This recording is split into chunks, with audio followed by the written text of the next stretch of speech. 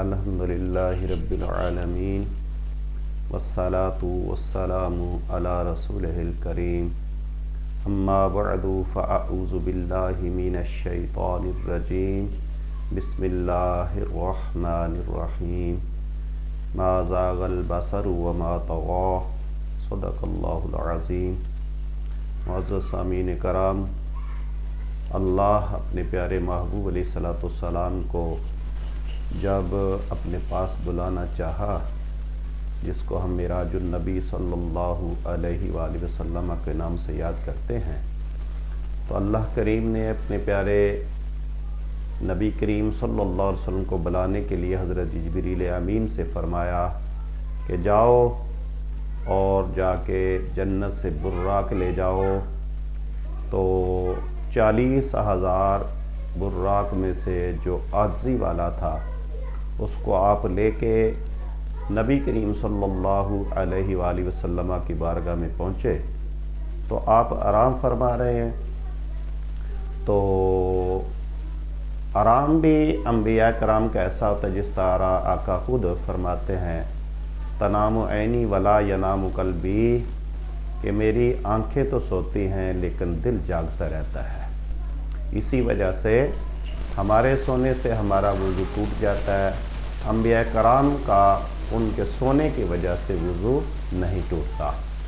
تو آپ آرام فرما رہے ہیں، جبریل امین آئے اور دیکھا کہ آپ آرام فرما رہے ہیں تو اللہ کریم کی طرف سے حکم ہوا قبل قدمیہ یا جبریل، اے جبریل میرے پیارے محبوب علیہ الصلوۃ والسلام کے پاؤں مبارک چوم لیجئے گا۔ آپ کے ہونٹوں کی ٹھنڈک، کافوری ہونٹوں کی ٹھنڈک جب پہنچے گی تو میرے محبوب بیدار ہو جائیں گے۔ جب آپ بیدار ہوئے تو اللہ کا پیغام سنایا، ان اللہ اشتاق لقائک یا رسول اللہ صلی اللہ علیہ وسلم، کہ یا رسول اللہ صلی اللہ علیہ وسلم، اللہ تعالیٰ آپ سے ملاقات کرنا چاہتا ہے، آپ کی زیارت کا مشتاق ہے۔ تو آپ فرماتے ہیں، یہ مختلف احادیث مبارکہ ملتی ہیں کہ آپ نے فرمایا کہ میں اپنے گھر میں تھا۔ ایک روایت کا مفہوم یہ ہے کہ میں حضرت ام ہانی کے ہاں تھا، ایک روایت میں ہے کہ آپ نے فرمایا میں شیب ابی طالب میں تھا، یہ بھی ملتا ہے کہ میں حتیم کعبہ میں تھا۔ تو یہاں علامہ ابن حجر رحمۃ اللہ علیہ فرماتے ہیں، ان کی تطبیق اس طرح فرماتے ہیں کہ وہ گھر جو اصل میں حضرت ام ہانی رضی اللہ تعالی عنہا کا تھا اور وہ شیب ابی طالب کے پاس تھا، اور آپ نے بوجہ سکونت اس کو اپنا گھر فرما دیا۔ تو وہاں سے آپ حتیم میں آئے تو ابھی نیند کا اثر باقی تھا، تو اس لیے وہ بھی فرمایا۔ تو جب براق پیش کیا گیا تو آپ سوار ہونے لگے، فرشتوں کی بارات ہے، ہزاروں کی تعداد میں فرشتے ہیں۔ تو آپ سوچ میں پڑ گئے، اللہ تعالیٰ کی طرف سے فرمایا گیا کہ میرے پیارے محبوب علیہ الصلوۃ والسلام اب تو خوشیوں کا وقت ہے، تو یہ پریشانی کیسی؟ حالانکہ اللہ کریم سب کو جانتا ہے۔ تو عرض کیا کہ یا مولا، اے میرے رب، کہ آج مجھے یہ خیال آیا کہ مجھے اتنی شان و شوکت کے ساتھ براق سواری بھیج کے بلایا جا رہا ہے، کل قیامت کے دن جو 50,000 سال کا دن ہوگا، وہ پلسرات جو 30,000 سال کی پلسرات کی راہ ہے، جو بال سے باریک تلوار سے تیز، تو وہ کیسے میری امت وہ پار کرے گی، وہ کیسے برداشت کرے گی اتنی گرمی؟ تو اللہ کریم نے فرمایا پیارے محبوب علیہ الصلوۃ والسلام پریشان نہ ہوں، جب آپ کی امت قبروں سے اٹھے گی تو آپ کی بدولت ہر قبر پہ ایک سواری یعنی براق کی صورت میں وہ کھڑی ہوگی، جو اس پہ سوار ہو کے یہ پل صراط وغیرہ ایسے ان کو اپنے کرم سے پار کرواؤں گا کہ انہیں پتہ ہی نہیں چلے گا۔ آپ خوش ہو گئے۔ تو پھر آپ نے کچھ مشاہدہ یعنی فرمائے، جو عجائبات بھی تھے ان کا مشاہدہ فرمایا۔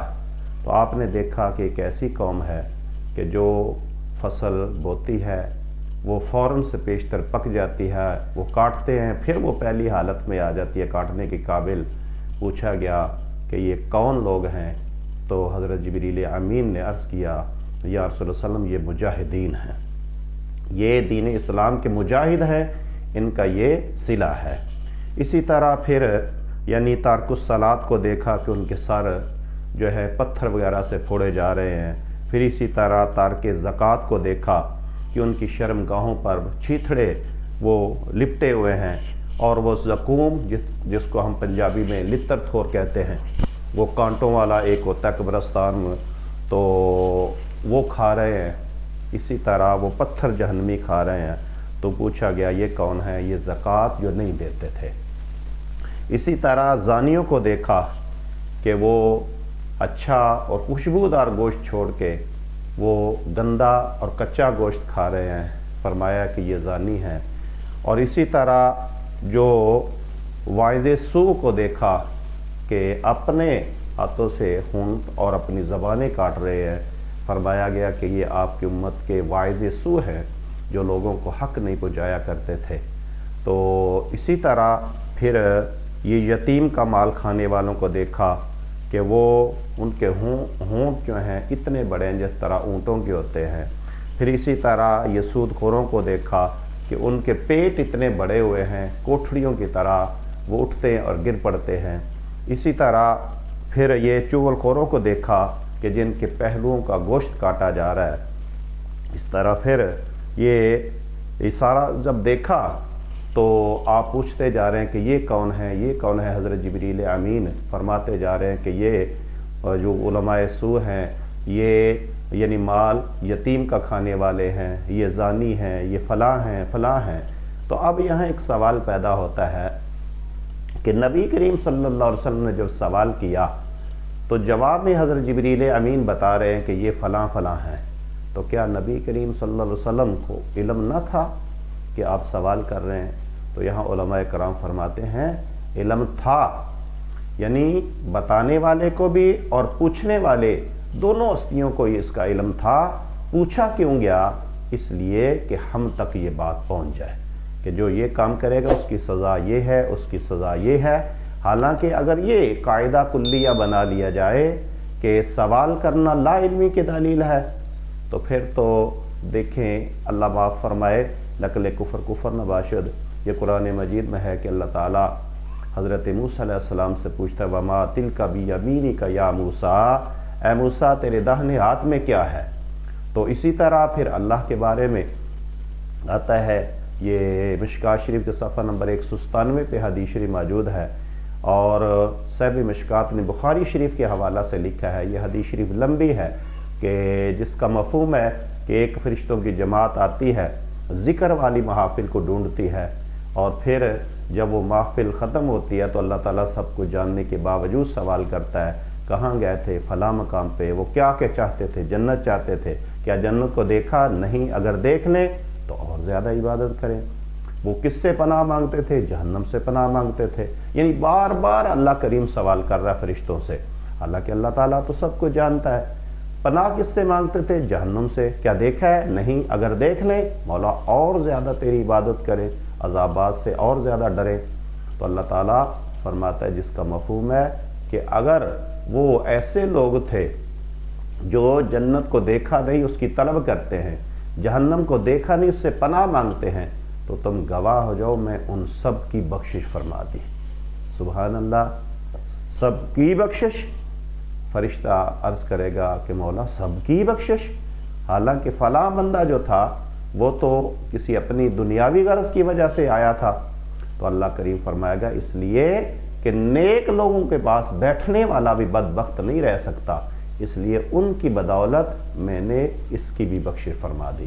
تو اس حدیث میں بھی اللہ کریم کی طرف سے بار بار سوال کیا جا رہا ہے۔ پھر یہ قبر میں یہ منکر نکیر کے سوالات ہیں، پھر اسی طرح یہ سارا کچھ یہ آتا ہے قیامت کے دن، یہ ہاتھ وغیرہ یہ سارے کچھ یہ گواہیاں دیں گے، حالانکہ اللہ کو تو سب کچھ جانتا ہے۔ تو اس سے ثابت ہوا کہ نبی کریم صلی اللہ علیہ وسلم کا یہ سوال کرنا یا سوالات کرنا یہ کون ہے، یہ کون ہے، یہ کون ہے، تو اس سے آپ کی لا علمی ثابت نہیں ہوتی۔